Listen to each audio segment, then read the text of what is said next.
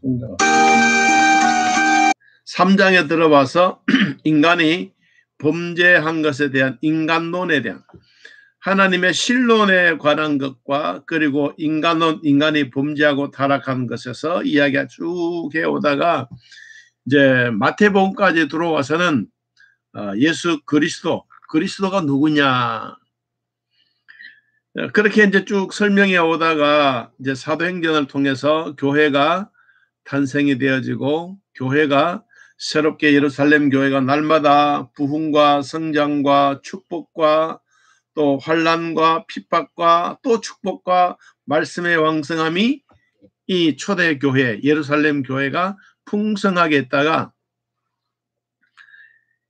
이 사도행전에 나오는 예루살렘 교회가 전도는 하지도 않고 그냥 자기네들만 배부르게 모이는 숫자만 즐겁게 하고 있을 때 하나님이 핍박이라고 하는 것을 이 사도행전에 집어넣지요.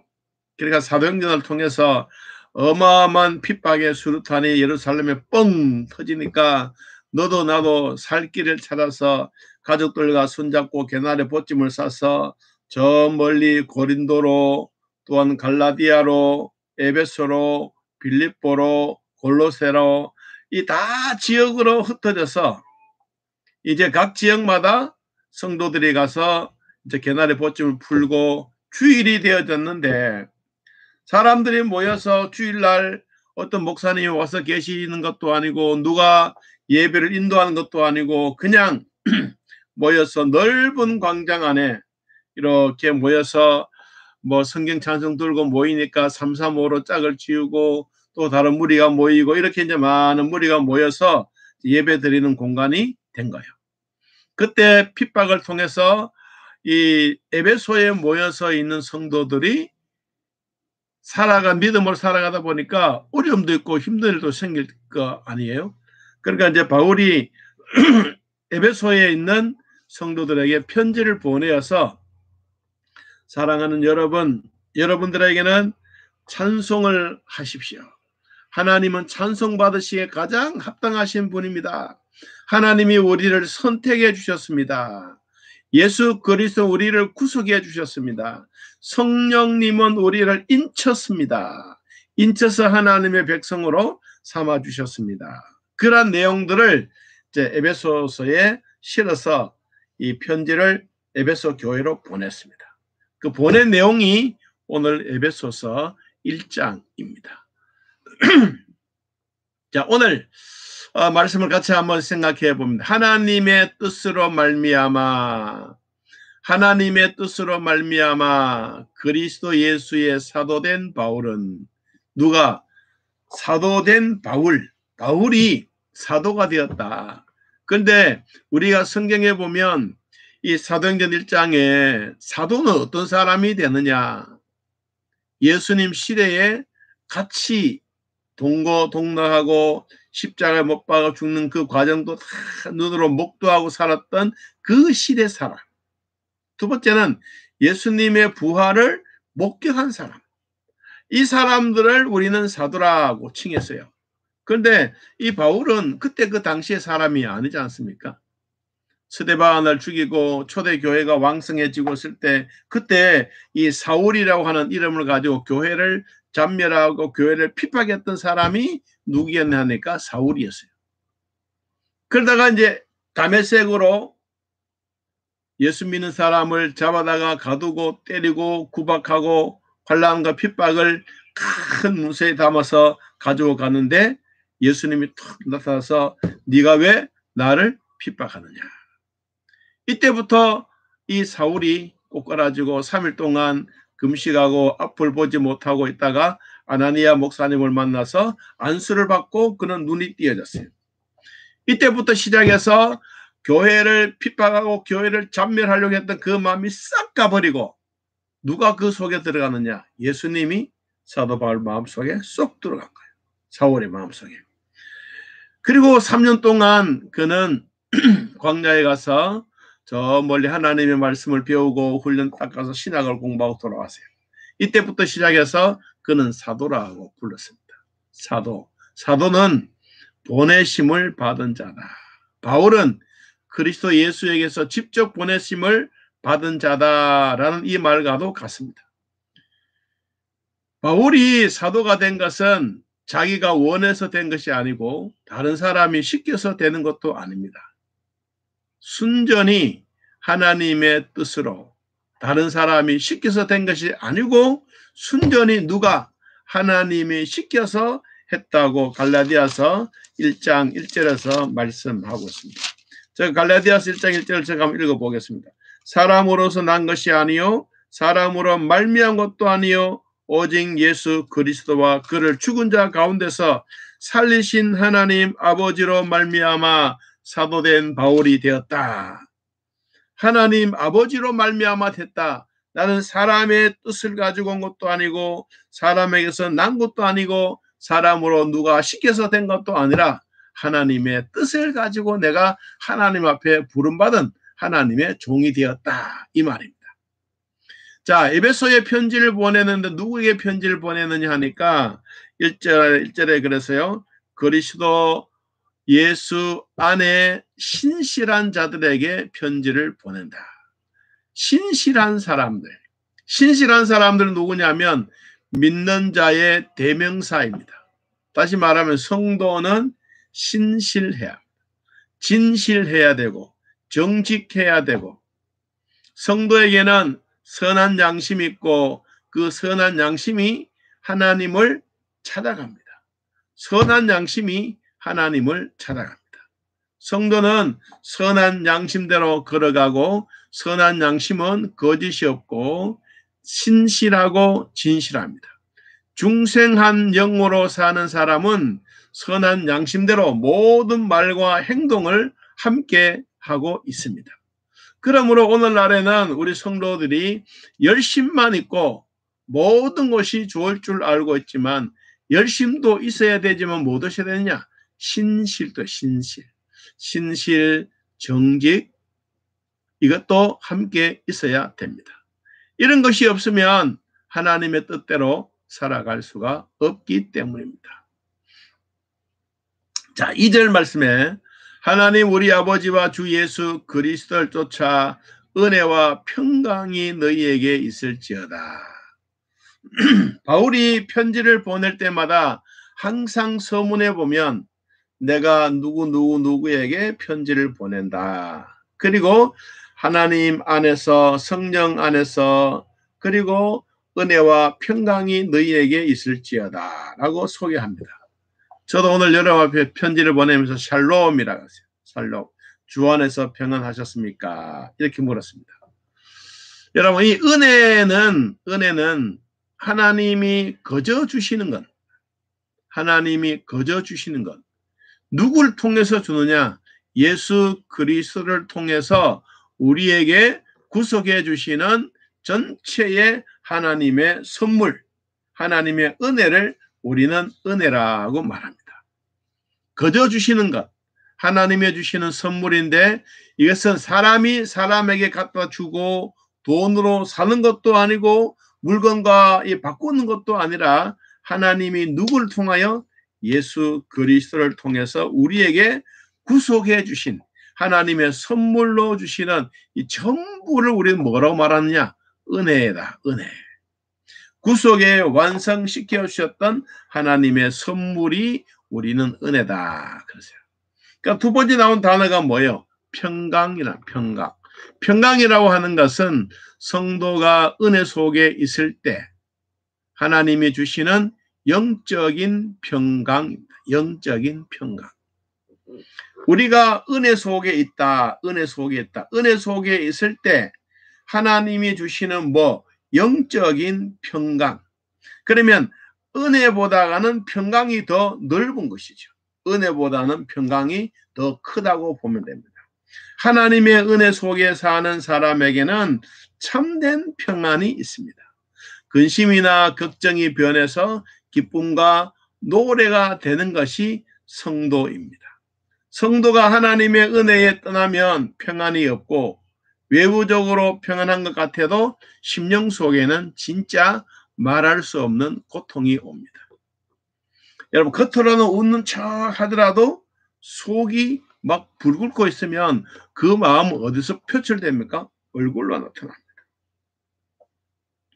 성도가 하나님의 은혜를 떠나면 평안이 없어지고, 그리고 외부적인 평안도 없어지게 되면 우리 심적인 고통은 이루 말할 수 없이 점점 커집니다. 로마서 8장 5절 제가 한번 올리겠습니다. 여러분 같이 한번 우리가 이 말씀을 한번 읽어보면 좋을 것 같네요. 자, 여러분 스마트폰을 한번 보시고, 자, 같이 한번 로마서 8장 5절. 자, 보이죠? 같이 읽어봅니다. 육신을 따르는 자는 무슨 일로? 육신의 일을. 영을 따르는 자는 영의 일을 생각합니다. 6절에 육신의 생각은 뭐요? 사망이요. 영의 생각은 뭐라고요? 생명과 평안이니라. 자, 여러분 사람이 심령 속에 고통이 찾아오면 우리의 마음에는 뭐가 없다는 거예요? 평안함이 없다는 거예요. 평안함이 없다는 말은 무슨 말입니까? 육의 생각이 더 많다는 겁니다. 육의 생각이. 육의 생각이 많으면 항상 우리는 어디로 가느냐? 하나님의 원수 되는 일을 자꾸 생각합니다.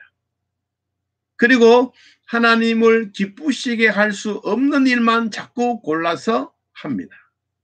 이것이 바로 육신을 따르는 사람이고 마음속에 심령 속에 평안이 없는 사람에게 나타나는 징조입니다.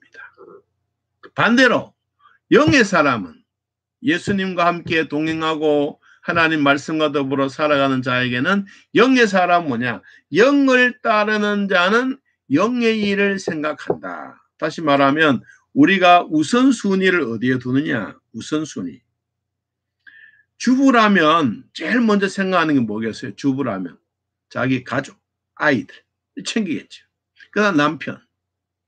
주부라면 살림살이에 대한 이 전반적인 모든 것을 우선순위로 둡니다. 그런데 성도들에게는 뭐냐? 제일 먼저 자기 가족이 아니라 제일 먼저 우선순위는 하나님, 영적인 일에 하나님. 하나님의 일을 먼저 챙기고 두 번째 영적인 일, 다음에 육신적인 일인데 가족을 챙기는. 자, 우선순위가 여러분 다릅니다. 믿는 성도에게는. 그래서 하나님이 영적인 생각을 가지고 있는 사람에게는 무엇을 주었기 때문에 두 가지를 주었다고 합니다. 하나는 생명과 하나도 뭐라세요? 평안이다. 하나님의 영이 내 속에 들어와서 오늘도 기도 응답해 주심을 감사한다. 또 하나님 나라 위해서 살아간 우리 모두에게 성령께서 주시는 축복과 기회가 얼마나 큰지 우리 마음속에 찾아온 것만 해도 너무너무 많다. 우리 사람의 심장은 하루에 10만 번 이상 가량 뜁니다. 그래서 우리 몸속에 있는 혈액이 하루에 2억 7천만 킬로미터를 열심히 달립니다. 숨가쁘게. 하루에. 그리고 이 심장 숨 쉬는 것이 2만 3천 번 정도 됩니다. 사람이 일부러 수고를 해서 심장이 뛰고 혈액을 돌리는 것이 아니라 하나님이 우리 인간들에게 자동적으로 주신 거예요. 자동적으로. 우리의 심장을 가졌으면 어릴 때부터 막 이렇게 뛰기 시작해서 우리는 하루에 2억 7천만 킬로미터를 혈액이 막 돌아서 뛰는 거예요. 여러분 그것만 그런 게 아닙니다. 우리가 사람이 심장이 호흡하지 않고 심장이 뛰지 않으면 우리 어떻게 되겠어요? 우리의 심장이 멎어버리면 죽는 거예요. 여러분 전기값도 우리가 생각해 보면요. 전기가 우리 한 달에 예를 들어서 뭐 4만 원 평균적으로 나온다 그러면 1년에 약 한 50만 원 정도 되겠죠. 근데 365일 동안 쉬지 않고 우리는 늘 씁니다. 그런데 우리는 전기값으로 꼬박꼬박 다 내요. 그렇잖아요? 그래서 꼬박꼬박 다 내는데 우리가 하나님이 우리에게 주셨던 전기보다 더 밝은 게 뭐예요? 햇볕을 주셨어. 햇볕을. 우리가 하나님 앞에 살아가면서 햇빛값을 하나님이 요구하지 않았습니다. 하나님께서 햇빛값 내라고 우리에게 고짓을 발부해서 사용료를 내십시오라고 한다 그러면 하나님이 떼돈을 벌 거예요. 그런데 사람들은 그런 거 생각하지 않잖아요. 그것만 그러겠습니까? 여러분, 태양은 빛만 주는 것이 아니라 10가지 우리에게 뜨거운 10가지 주고 있어요. 어떤 사람이 병원에 호흡기를 꼽았어요. 하루에 30만 원 정도 들었어요. 그런데 교통사고가 나가지고 산소통을 설치를 했는데 인공호흡을 시키는 경우가 많아졌는데 산소값도 더 많이 들었어요. 그래서 어떤 사람이 3일 동안 산소호흡기를 사용했는데 비용이 얼마나 나오냐? 100만 원 나온대. 100만 원. 여러분, 그러면 우리는 매일매일 하나님이 우리에게 공짜로 산소를 주셨으면 매일 30만 원씩만 쓴다고 생각해 보세요. 하나님 우리에게 공기값을 내라고 우리에게 청구서를 낸다 그러면 우리는 집을 팔아도 모자라요. 우리 몸뚱아리 팔아도 모자라요.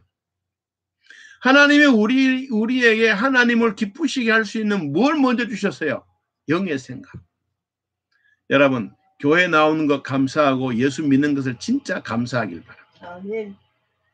우리가 돈으로 계산하면 이보다도 훨씬 더 많은 것이 있습니다. 우리가 뭐 물값을 내라고 합니까? 땅속에 있는 지하자문 그냥 올리면 되는 것이죠. 하나님이 우리나라에 주시던 축복 가운데 저 중동 나라에는 땅을 파면 석유가 나오고 기름이 나오지만은 대한민국의 땅속에 이 지하자원 주시는 그 지하자원에 제일 많은 건 뭐냐? 물. 이런 물. 어마어마한 양을 우리에게 주셨습니다. 여러분, 우리는 이런 걸 생각해 보면 우리가 우선순위로 어떻게 살아가야 될 거냐. 자, 영의 생각은 사망, 하나님과 원수되고 그리고 하나님을 기쁘시게 할 수 없지만 육의 생각은, 영의 생각은 생명과 평안이다. 생명과 평안을 하나님이 우리에게 주셔서 그래서 우리는 자연의 공기도 마음껏 숨을 쉬고 하나님이 주셨던 햇빛도 우리는 마음껏 받고 우리가 전기세를 내는 것이 아니라 하나님이 10가지 다 주셔서 진짜 구름 기둥과 불 기둥으로 우리에게 주셔서 우리는 그 혜택을 받고 있는 거예요. 아멘. 받고 있는 것만 해도 우리 감사하지 않습니까? 자, 영의 생각을 가진 사람들에게는 생명과 평안인데 이 모든 것을 다 우리에게 주셔서 우리가 그 마음으로 하나님을 기쁘시게 하면서 살아가는 뜻입니다. 자, 오늘도 우리는 하나님이 주셨던 은혜와 기쁨을 누리기를 진심으로 축복합니다. 자, 육의 생각과 영의 생각에 대한 두 가지를 비교해서 다시 한 번 더 마무리로 설명을 하면 육의 생각을 가진 사람에게는 항상 육신의 일만 생각합니다. 내가 어떻게 하면 잘 먹을까? 어떻게 하면 배부르게 살까? 어떻게 하면 운동하지 않고 그냥 헐쭉하게 날씬하게 살까? 우리의 생각은 이런 생각. 어떻게 하면 돈을 더 많이 벌까? 어떻게 하면 더 좋은 집을 살까? 어떻게 하면 더 좋은 차를 사서 운전해 갈까? 어떻게 하면 내가 내 마음대로 호령하면서 살 수 있는 권세를 얻을까? 사람의 생각에는 이런 생각으로 가득하게 합니다. 제가 오늘 새벽에 말씀드렸습니다마는 하나님이 우리에게 주시는 권력은 영원하지 않습니다. 사람으로부터 나오는 권력, 정부로부터 나오는 권력은 절대로 영원하지 않습니다. 그런데 하나님으로부터 받았던 권세와 권위는 영원한 것입니다. 자, 육신을 따르는 것은 영의 일을 반대하는 것으로서 되지만 육신의 생각만 가지고 있으면 항상 우리에게는 사망의 음침한 골짜기를 향해서 뚜벅뚜벅 걸어갑니다. 육신의 생각은 하나님과 원수가 되고 하나님의 법에 굴복하지 아니하고 육신의 생각한 사람들은 하나님을 기쁘시게 할 수 없는 사람입니다. 그러면 반대로 우리는 예수 믿는 하나님의 영이 내 안에 임재되어져 있는 우리는 성도라. 그래서 우리 이 성도만이 아니고 우리 앞에 있는 것처럼 신실한 자다. 신실한. 주 예수 그리스도의 은혜와 평강인데 이것이서 어디서부터 왔느냐? 신실한 자로부터 왔다. 신실하다는 말은 영의 사람이다. 영의 사람. 자, 우리는 영의 사람은 성령의 생각을 따르는 것. 하나님의 말씀으로 우리는 더 하나님께 가까이 나아가는 것. 영의 생각은 생명과 평안인데 영의 생각을 가진 사람은 하나님과 원수되는 것이 아니라 하나님과 친구지간이 된다. 하나님이 아브라함에게 아브라함을 의롭게 하고, 그리고 하나님이 아브라함아 너는 나와 친구다. 친구다.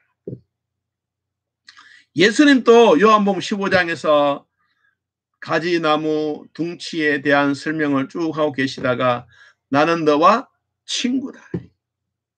여러분, 우린 하나님과 가장 가까이 지낼 수 있는 친구 같은 사람이 누구냐? 영의 사람이다. 영적인 사람. 영의 사람은 하나님의 법을 순종하고 굴복할 줄 아는 사람이다. 또 영의 사람은 하나님을 기쁘시게 하는 사람이다. 이런 사람이 다 우리는 어떤 사람이냐? 오늘 3절에서 6절까지 설명하려고 했는데 이 부분은 다음 시간에 설명하도록 하고, 자, 오늘 하나님이 우리에게 주셨던 이 평강과 그리고 은혜에 대한 설명도 했습니다.